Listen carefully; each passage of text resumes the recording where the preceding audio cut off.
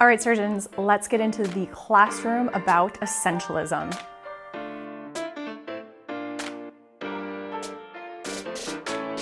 Okay, so essentialism is a concept that I learned about from Greg McKeown, who wrote the book Essentialism. Highly recommend that you read it. I read it first a couple of years ago and didn't fully understand it. Then I read it again a second time and I really absorbed it. And the concept of essentialism is so useful for surgeons. It's so useful in healthcare, but we don't apply it, unfortunately. And I'll give you some really powerful examples of how we focus our attention on the non-essentials and the kind of result that creates for us. If we were to focus our energy and our attention on only the essentials, if we looked at where we were trying to go, what we were trying to do, and we were like, okay, how do we get there the fastest? Let's put all of our energy into doing those things, we would get there so much faster. So what is essentialism? Essentialism is the essentials, the essential things we need to create what we want to create. And they can't be more than a few, ideally no more than 3, okay? In surgery, there are 2 main essentials that I will talk to you about. When we focus on everything and we say everything is important, that actually means that nothing is important. And unfortunately, healthcare runs on everything is important. If you were a resident, you probably don't have as much ability to understand this because you're just so siloed in your container of residency and you're trying to survive. But once you get out of residency, you get out of fellowship, you get out of training, you start noticing all of the non-essential stuff and it can drive you a little bit bonkers. The perfect evidence to support that we focus on the non-essentials in the United States, at least, is the fact that the US spends more than any other country on healthcare and yet has the worst health outcomes of high-income nations. Okay, that is a perfect piece of evidence to support that we spend a lot of money on stuff that doesn't matter. Okay, we waste about $750 billion to $935 billion annually in this country. That is a lot of waste. A huge chunk of it obviously goes to our bloated bureaucracy, and another big chunk of it goes to defensive medicine, right? Defensive medicine is a huge waste of our time. It's a huge non-essential activity that a lot of us do from a place of fear of being wrong, fear of missing something, fear of getting sued. All of that comes from a place of fear. It doesn't actually come from a place of service to the patient. And we'll get into the 2 main essentials for surgeons, but service to the patient is one of them. Okay, so if everything is important, nothing is important. But if we just focus our attention on the important thing, then we can actually move the needle. A really great example is if you think of like a sinking ship, okay? If we think of healthcare in the United States as like this ship that is just being flooded with water, there's like one big huge hole, right? The huge hole is filling with water, and that huge hole is essentially Jack Welchian economics. That's the principles in which the US healthcare system runs. The people who have power make decisions based on Jack Welchian economics. Jack Welch was the CEO of GE, and he came up with the concept of trying to maximize short-term profit while ignoring the health of the business long-term, while ignoring the health of the employees. And what happened was he did that for his company, GE, and he died a very wealthy man, but his company went under, okay? His employees all got laid off. He was just trying to cut corners and try to get all of the wealth, get all of the things. It's like a big cash grab for the short term for all of the people in power, and everyone else loses, okay? And the company ultimately loses. And so when you apply that type of economic principles to a healthcare system, obviously we're gonna be in trouble, okay? And so that's the huge plug that needs to be plugged up, that we need to address. And so if we wanted to actually change healthcare in the United States, we would have to figure out how to get rid of the whole Jack Welchian economic principle that runs all of healthcare decisions and get the people who make those decisions to change their ways, right? Or get them out of power. That would be what we would have to do. How? I don't know. But instead, what a lot of us do, at least in our academies and in the AMA, and we're always lobbying, and we spend all this energy and time and effort to do all of the little things. Like we're plugging up little holes in the ship and we're pretending that that's actually doing anything. It's not. And we know that because the physician reimbursement in the United States has been steadily decreasing since the 90s. And so that is evidence that all of our advocacy efforts have not worked. One of the big things that we do, I see in my academy, is that we're always fighting against like getting that 2 to 3% Medicare cut reversed. We're just basically saying like, let's not reduce our compensation any further, and we put all our energy and effort into that. Or we're fighting to like stop the bundling of some CPT codes or to get some CPT code covered in some state. And so we win with one particular insurance company in one state, and then we all celebrate as if that's some big thing. It'd be like if we found a plug for one tiny little leak in the ship and we plugged it and we were like, yay, right? That's basically what we do. When what we really need to do is we have to focus all of our effort, all of our energy on fixing that one essential problem, which is flipping Jack Welchian economics on its head. How we do that, I don't 100% know. That's not really my area of expertise, but whoever can figure that out, we're a very smart group of humans. I think we can figure it out. We absolutely need to do that. And it may just mean, not contracting with insurances anymore, just all of us leaving. That would 100% cause them to fall, and building it up from the ground up, right? Doing a creative destruction type thing where we burn the whole system to the ground and then we rebuild it.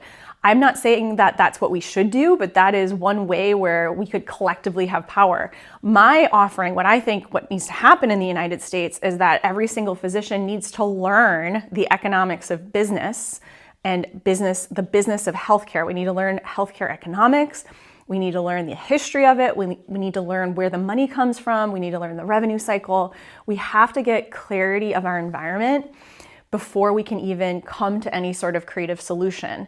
And I only know a little bit, but I'm learning slowly as we go. So don't take my recommendations as like the gospel, but the first thing that I would offer to you, wherever you are, is to learn all about healthcare in the United States, to learn where the money flows, okay? That is the very first order of business. As we'll talk about, one of the biggest essentials is clarity of environment. Two huge essentials: clarity of environment, that's learning the business of medicine, the economics of healthcare, and clarity of purpose, okay? The reason why we ended up where we are, a lot of the reasons why, is because doctors in the 70s and 80s were like, oh, I just want to take care of patients. I don't need to learn that business thing. I'll just outsource it to these business people. Well, if we outsource it to the business people, they're going to try and increase their profit short term, okay? So that's the result of that. We can't just say that we're going to do that. We have to now flip it. We have to get our autonomy back and take back our control, our autonomy. And to do that, we have to understand how the business of medicine works, okay? That's my little tangent, my soapbox about US healthcare. So in essentialism, we do less but better. And we all know that saying that slow is smooth, smooth is fast, right? And so slow is really fast. Or you could say slow is smooth, smooth is efficient. You know this. You know what happens when you take action from urgency. You waste movement. You don't get anywhere purposeful in the operating room. When we feel urgent in the operating room, we want to slow ourselves down. We want to get grounded. We want to find certainty. We want to go from known to unknown. If we are lost in one part in the surgery, we want to move away from that part, tamponade the bleeding or just cover it up, whatever we need to do, take a break from that and keep going and start dissecting somewhere else and start doing another step of the surgery, right? We don't want to start urgently trying to find the critical structure in the place where we feel lost. We want to get ourselves back into trust in our skills, into certainty, into that flow state where we are feeling smooth, where every movement matters, where we are being purposeful. That is doing less but better. I will tell you about doing less but better. One really great example is what I created in the last year. I was able to generate almost $700,000 as a surgeon in my day job last year in 2024, while launching a coaching practice and making almost 6 figures in that practice and taking excellent care of my people, better than I had ever taken care of my patients before, because I was diagnosing them so quickly and efficiently. Because I cut out all the non-essentials in clinic, I was connecting with them extremely efficiently. And so I could have diagnosed a patient, have made a really authentic connection with them, and created a relationship in the matter of like 10 minutes, okay? I did that because I knew all about essentialism, and I cut out all the noise. And so it happened really fast. In surgery, I became so much more efficient. My patients had safer, faster surgeries. And the faster I was and the less drama and judgment and expectations and agenda and ego that I brought to the operating room, those are all non-essentials, the more the support staff wanted to do things to help me behind the scenes without even my knowledge. And so things moved faster. My world just started to move. Like, it was almost like the world shifted for me and everything started to work for me. Life started to happen for me as a surgeon. As I say to my husband, I'm like, I went out on top. I went out like Seinfeld. I have never been at a better peak performance in my career. I have never had better operating skills. I had never been more efficient in clinic in my diagnosing and my clinician skills. And so that is because I applied essentialism all last year, all while building a social media following to 20,000+ followers, building a coaching practice, and pitching 2 TEDx talks. One I delivered last year in October, and then the other one I just delivered last month in February of 2025. We are in March of 2025 here. I was able to do all of that because of essentialism. And so we can produce so much more results because we focus our energy and our effort on getting there. Oh, and I created a podcast. There was that too. And so I was able to do all that because of essentialism. And some of the big essentials, I will tell you the number one biggest non-essential that we focus our energy and effort on too much is drama, internal mind drama. Had I been stuck in perfectionism and telling myself I can't get started and procrastinating and thinking about what people would think of me, I would have never created a podcast. I would have never started a social media account. But I just got started and I was like, what do people need to know? That was my one question. What do surgeons need to know? What do they need to hear? How can I fill in this gap? And how can I do it in a way that's compelling and inspires them? And I just answered that question every single day. And I did it on social media and I did it on my podcast. Never was I trapped in ego, trying to tell my story. There's a reason why you don't hear about my personal story until many, many episodes into the podcast, because it's not relevant to you. And I wasn't wanting to put it wasn't about me. It wasn't about me at all. It was about all of you. And when we find out what the most essential thing is, we can cut out all the stuff, all the drama, all the noise, and then we just get started. Okay, that's doing less but better, right? And that's what we want to do. And you can create a super efficient practice, both in the clinic and the operating room, if you adopt essentialism. Another essential is protecting the asset, okay? You are the asset. As the surgeon, you are everything. You are it. And so as a human being, just like every other human, you need to eat, sleep, rest, and play. And you need to move your body, okay? You need to exercise. You need to prioritize getting 7 to 8 hours of sleep. You need to get out and get some sunshine. You need to move your body. I'm not going to belabor this, but you need to eat healthy foods. You need time to play. These are all things that have been studied. As an animal, you need to take care of your animal needs, okay? And whatever that means to you. And this isn't me being like lazy or taking time off and vacationing excessively. It's just making sure that you prioritize time for yourself. I think the majority of us, you are probably included, tend to put our needs last because that's what we were taught in training, more than putting our needs first. And what I am offering to you is that you consider it along with your goal. You consider your purpose and what you're trying to create in life. You want to have worthy work. You want to have a blue collar work ethic where you go to bed at night and you're like, wow, I worked hard today. I'm so proud of me, right? I got some stuff done. That is amazing. But then you also want to be going to bed at night, right? And you want to be scheduling time in to rest. You want to be scheduling time in to exercise. And when you rest, you don't want to spend time harassing yourself with drama, harassing yourself with the fact that you're not being productive, okay? That is a non-essential. When a heart beats, it's in systole, and when it fills, it's in diastole. It cannot beat, it cannot keep a body functioning if it's perpetually in systole. You need some time for diastole, which looks like it's not doing anything, but that relaxation phase is the time where you fill up, okay? We all need relaxation time to fill ourselves up, to recharge our batteries so that we can show up as the highest version of ourselves. In training, you've been taught to just deplete yourself incessantly. You've been on this treadmill. It's been hustle culture.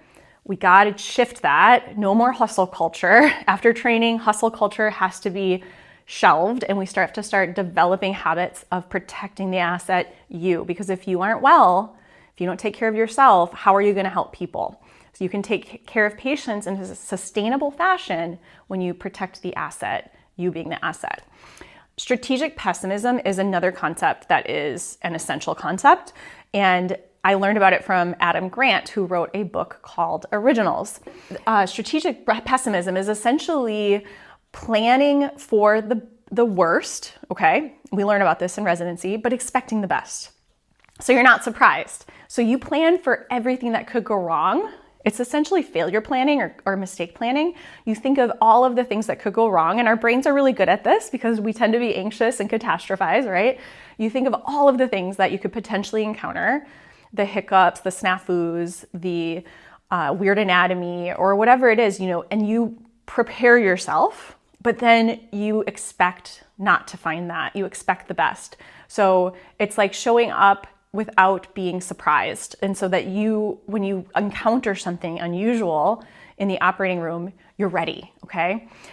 There's strategic pessimism or failure planning also means learning how to manage your brain after something happens, after a mistake happens, after a complication happens. A lot of us are really good about strategic pessimism and failure planning when it comes to like the steps of surgery, the how. We're like, okay, I know if I encounter this, I know I have plan A, plan B, or plan C. I know exactly what to do. But then in the aftermath of that, when we get into a bleeder or something happens that is unexpected, even if we're able to manage it, we have to learn how to manage our brain. And so I'm going to do a whole other classroom specifically on strategic pessimism and failure planning so that you know how to detach your self-worth from surgical outcomes, and you have a plan for when your brain wants to harass you and criticize you and judge you, okay? So that you know how to failure plan ahead of time so that when you do have mistakes and complications, you're able to extract value from them. You're not going to extract value if you shame and blame yourself and you shove it down and resist it and avoid it and don't look at all of the emotions that are attached to it. When we failure plan, not only for what we need to do in the operating room to help our patients, but we failure plan to protect ourselves, okay? Protect the asset. How do we help ourselves manage our minds in the aftermath? That is extremely important. It needs to be done ahead of time before you even step into the operating room.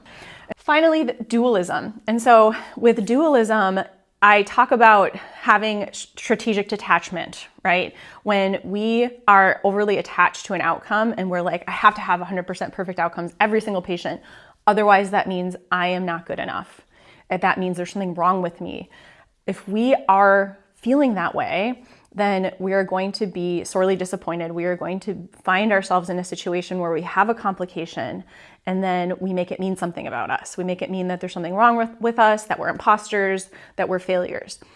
If we detach ourselves from outcomes and we're like, I don't care if we're narcissists or we are so burned out that we just don't care about the outcome anymore, we're depersonalizing, that's also not good for patients, okay? It means that we're not going to be present, we're not going to show up with the intention to help patients and get them a good result. But if we're strategically detached, then we can show up and give every patient the best result. And to be strategically detached, you have to have dualism happening in your brain, which means you have these two beliefs that are at odds with each other. They contradict each other, but yet you hold them both simultaneously and you understand the cognitive dissonance of them. One belief is, I am going to show up with the intention to give every single patient 100% perfect results. You're going to show up with that intention. You're going to tell yourself, I'm going to give every patient the best result possible. I'm going to give them all perfect results.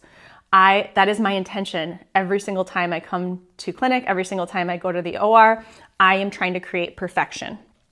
That is your intention. That belief also exists simultaneously with the belief that you are just a human being and you cannot create 100% perfect results for every single patient. And so you have those two beliefs both in your brain so that you know your intention, you know what you're trying to do, and you show up with that intention. But when mistakes happen, when complications happen, you also have the belief that you're just a human and you are going to make errors, you are going to make mistakes.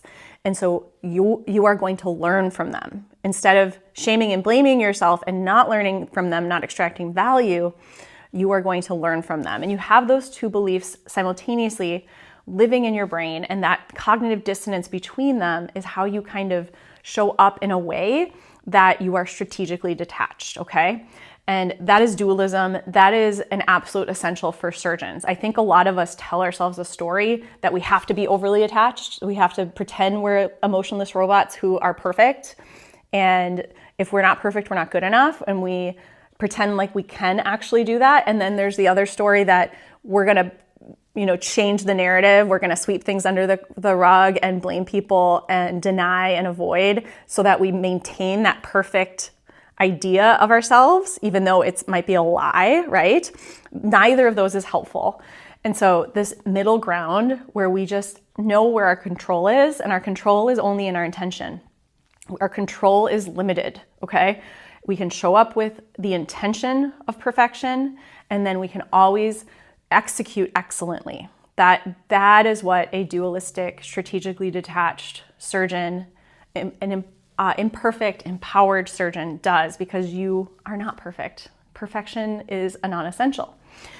And so finally, just to illustrate what essentialism is, in the book, Greg McKeown does this as well. This is a really good visual where you can see you have all of this energy and effort, and if it's spraying in all different directions, you're not going to get anywhere. But if we have if we have just two avenues where we're focusing our attention, we can get so much faster to our destination.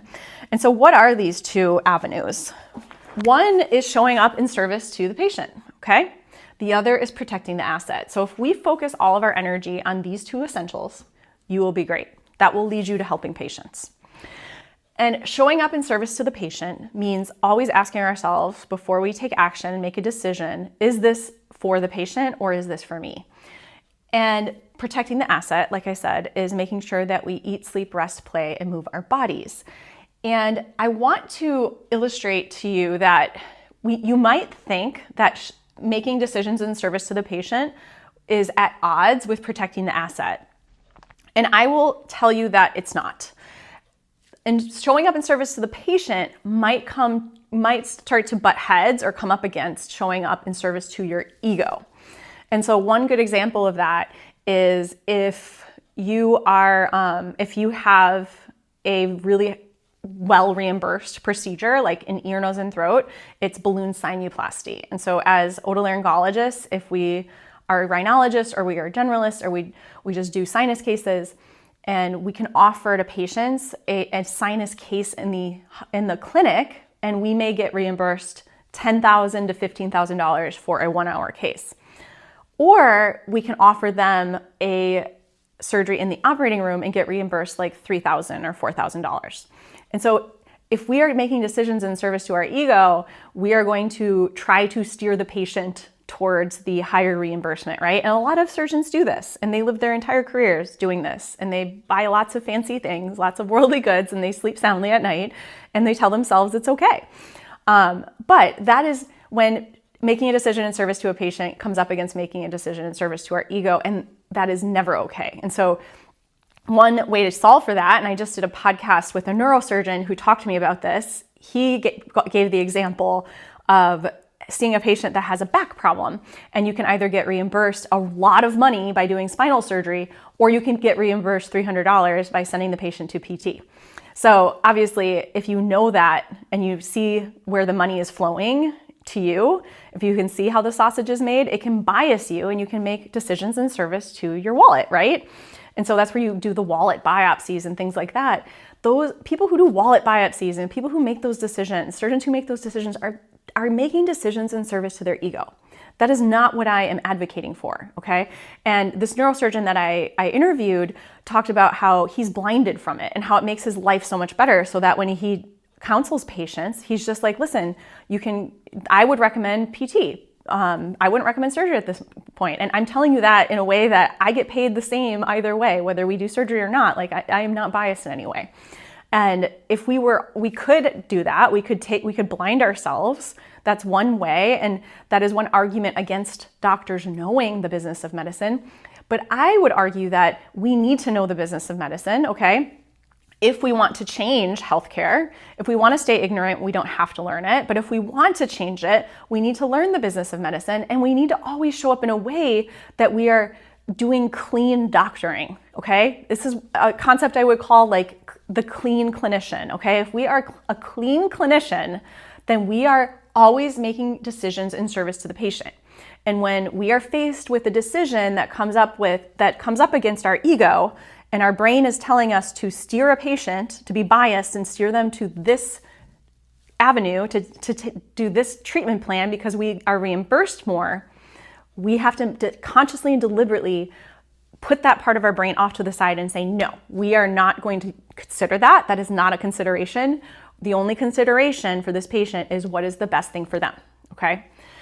And so that is not protecting the asset. Making decisions in service to our ego, or doing wallet biopsies, or steering patients toward a better reimbursed treatment plan is not protecting the asset. That's serving our ego, okay? But if we show up in service to the patient and we are always making decisions for them, that's the first thing.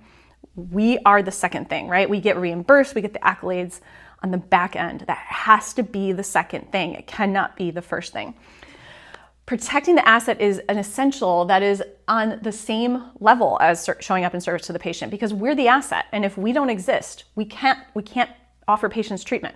And so protecting the asset is essentially just making sure that you take care of yourself. Again, as an animal, you need to sleep, eat, rest, play, and move your body. And so if you are just making sure you do all those things, and you're checking in with your energy levels, and you can go to the classroom on capacity as well to learn more about that, you can protect your capacity, you can protect your energy. And the best way to do that is to make sure that you're always checking in with yourself, listening to your body, following through on sleeping 7.5 to 8 hours, however that you can do that. Making sure that you eat healthy foods, bring healthy snacks, making sure you schedule time in your schedule to work out or do whatever it is to move your body that lights you up, and scheduling time to rest, to let your body just rest, okay? Where you can learn how to be alone in a room and not harass yourself with your own brain, okay? That is how you protect yourself long term, and then you can serve patients long term. Okay, so now we talked about the two main essentials, which is protecting the asset and serving patients, showing up in service to patients. Let's talk about some non-essentials, okay, in healthcare, and there are a lot of them. There are internal non-essentials and there are external non-essentials, and this is a short list, so you may have different non-essentials in your specialty or your practice. So some of the internal non-essentials that we often come up against are drama, right? Anytime we're vilifying anyone and identifying as a victim, we are disempowering ourselves. We're going to end up complaining, and it's not going to get us anywhere. That is not essential. We do not need to indulge in drama in order to get where we want to go. When we notice our brain indulging in drama, and drama comes all the time. I just had drama the other day, okay? Our brains are human. They're going to offer us drama, and it's going to want us to feel like a victim. It's going to want to point out villains, okay? And that's totally normal. What we want to do is get ourselves into that watcher place and notice, okay, my brain is going into drama, and then ask ourselves, am I going to accept this? Am I going to change it? Or am I going to leave it? Okay, so those are your three options. You can accept, you can change, or you can leave. And so instead of doing drama, instead of indulging in drama, you want to accept, you want to change, or you want to leave the situation, right? That's where your power is. You want to get back into your power. Expectations are non-essential. When we walk into a patient's room and we expect them to comply with our treatment plan, or we expect them to be a certain way and not be anxious when we counsel them and get a surgical consent, right? That's not useful. We can drop that. Check that at the door. You don't need it. You don't need any expectations. Perfectionism, a non-essential. Perfectionism is not a way that you create perfect, okay? It's not a way to get you to excellence. You're not going to create perfect surgical outcomes with perfectionism. Perfectionism isn't about other people. It's not about the patient. It's about you. It's about you not looking bad.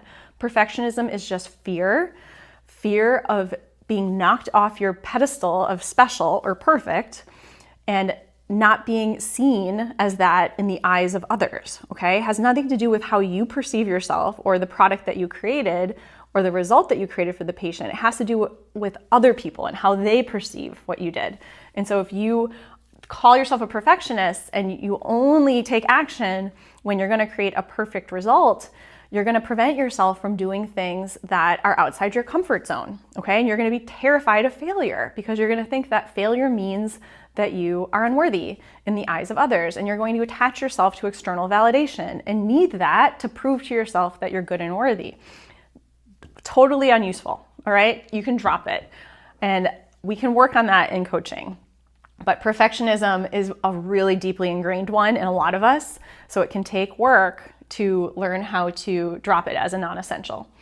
Ego is a non-essential, as I've talked about, and ego is not something that's horrible. It's just we have so much of it that we don't need to have any more of it. And so our ego is there enough, okay, that we don't need to inject any more ego. And so, when patients call you by your first name, or if they don't comply with your treatment plan, or they tell you they need a second opinion, we don't need to get our panties all bunched up, right? It's just not useful. We can drop it. It's non-essential. Let people call you by their first name. Who cares?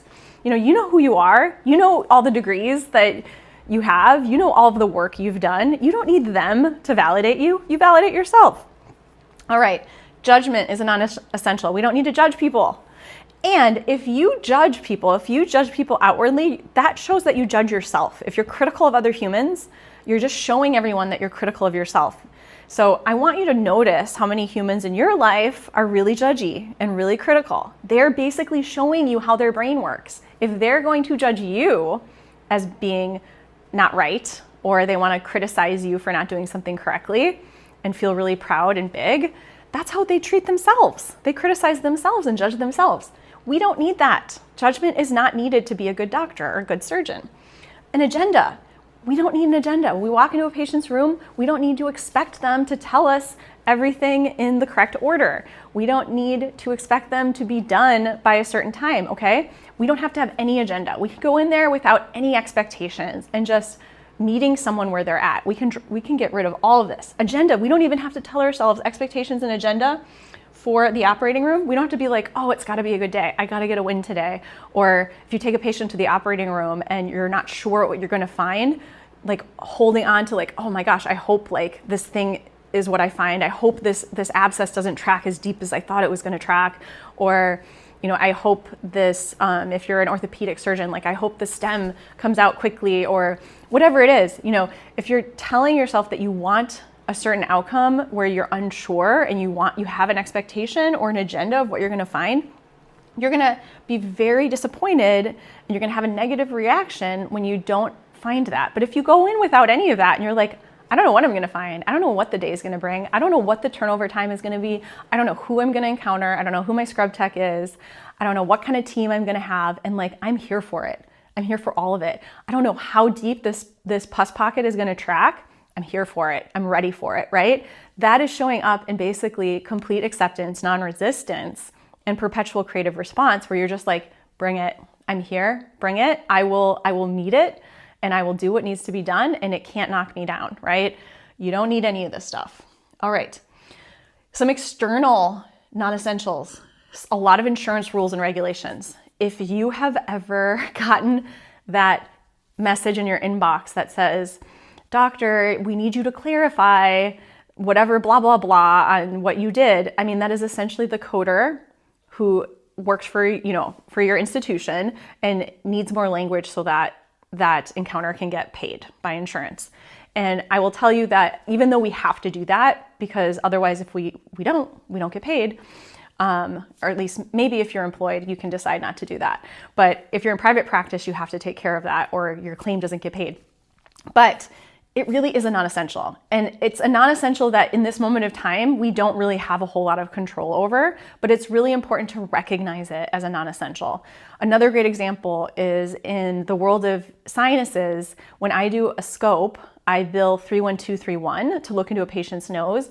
And there are some insurance companies that require you to comment on the interior nasal cavity. And so if I don't have the language anterior nasal cavity clear, then they will deny and not pay that CPT code. It's so nonsense, right? It's silly. It doesn't make any sense. It's a non-essential, but there are tons and tons of them. I'm not going to belabor them because I'm sure you know them well in your specialty. There are lots of insurance rules and regulations, prior auths, denial appeals, a whole bunch of shenanigans that insurance companies, make us jump through hoops like circus dogs, so that we can get paid by them, and it's ridiculous, and it's a problem. And it's a problem worth solving, but we have to understand the problem first and see all of these non-essentials. There are certain surgical steps that are non-essentials, like in the world of ENT. And when I do septoplasties, a lot of septoplasty surgeons or ENT surgeons use splints and sutures. They mattress suture the septal mucosa together, and then they put these silicone splints in the nose. Back in the day, they used to use like these huge tampon-y things called Miracells that were just so awful for patients. They found out that the Miracells were non-essential, and they switched over to the splints and the sutures. The way I train, the splints and the sutures aren't even used. And so the way I learned how to do a septoplasty and the way I did my septoplasties for the last 12 years was without anything. And so I would just do the surgery. It would take me 10 minutes and the patients would have nothing in their nose. They wouldn't have anything. And the result of that is more efficient, quicker surgery, and the patients tolerated it better. I haven't prescribed an opioid for a septoplasty in 12 years. And so most patients have very little pain when you do it that way. They have a little burning the first 24 hours, and then they have no pain, and they just feel a little stuffy. And so there might be certain surgical steps in your specialty that are non-essential. And so we learn them, we figure them out, and then we start pruning them, and we get to the essentials of the surgery, right? It's different for every specialty. Certain safety regulations, all right? And JACO requires certain safety things that might be silly and might not make any sense. Like in ENT clinics that are owned by hospital systems, some of these clinics have to peel pack items like cerumen loops and nasal speculum. And those are instruments that don't need to be sterile because we're using them in a non-sterile field. And so there's no reason to sterilize them. They just need to be cleaned with Cydex. In the operating room, when we have to count, in my hospital where I operated, we would count aseptos, which are these like big squeezy bottle things, and we would count 4x4s and the little defogger pad. All these things you cannot fit in a patient's nose. So it got a little bit ridiculous with what we were counting, but it was a sweeping requirement. And so we had to count these massive things that would never get stuck in a nose. I couldn't shove them up the nose if I tried, but it was a non-essential, right? I was like, wow, we're doing all of this non-essential stuff. There's a lot of safety regulations, probably more that you can think of as well in your specialty that we have to comply with that are non-essential. Not all safety regulations, right? But a lot of them, okay? When we do this broad sweeping bureaucracy, that's when we start to see that there are tons of non-essentials. And in the US, there's a lot of waste with bureaucratic nonsense, non-essentials, not common sense. The middleman, non-essential, okay? We don't need PBMs. We don't need insurers, okay? We could cut them out. We could do direct care, okay? There is a way to cut out the middleman. It would just take energy and effort. We would have to see where we're going. Okay, we're cutting out all the PBMs. That's the pharmacy benefit managers. They make billions of dollars. We're cutting out the insurers. If we're gonna do that and go straight to the patient and do a direct care and just do fee for service, we'll have to learn how to do that, right? Is that a problem we're solving for you? It might be. We all have to decide this for ourselves. But in the moment, as of 2025, the majority of us have decided that it's not a problem we're solving, that we don't want to cut out the middleman because the majority of us are not independent. 70+% of physicians in the US are employed. The majority of us have voted that we like the middleman and we're complicit in the current system. And so it will take shifting everything and learning how to do things differently and stopping telling ourselves, I'm bad at business. I only want to show up and be a doctor. No, if this becomes a non-essential that we really want to get rid of, we're going to have to stop telling ourselves stories that we don't want to learn business, that we don't want to know where the money flows from. We're going to have to get really good at marketing and selling and business so that we can cut out the middleman and create practices that are thriving, and ultimately be really good at creating and getting to our one essential, which is helping patients. And to do that, we have to show up in service to the patient and protect the asset. And I would argue that it fits into both categories of showing up in service to the patient and protecting the asset. To do that, I think we do have to cut out the middleman. When we're letting the middleman make decisions for us, we're basically not protecting the asset, because now we're giving up our autonomy. And so this is a big non-essential that I believe we would all benefit from focusing our energy and effort on, from cutting that out. And if we cut it all out, then we will have all our energy and effort on just helping patients, and the sky's the limit. Like, the world could be our oyster. There is no stopping us, the things we could create and the results we could create. I'll see you in the next classroom.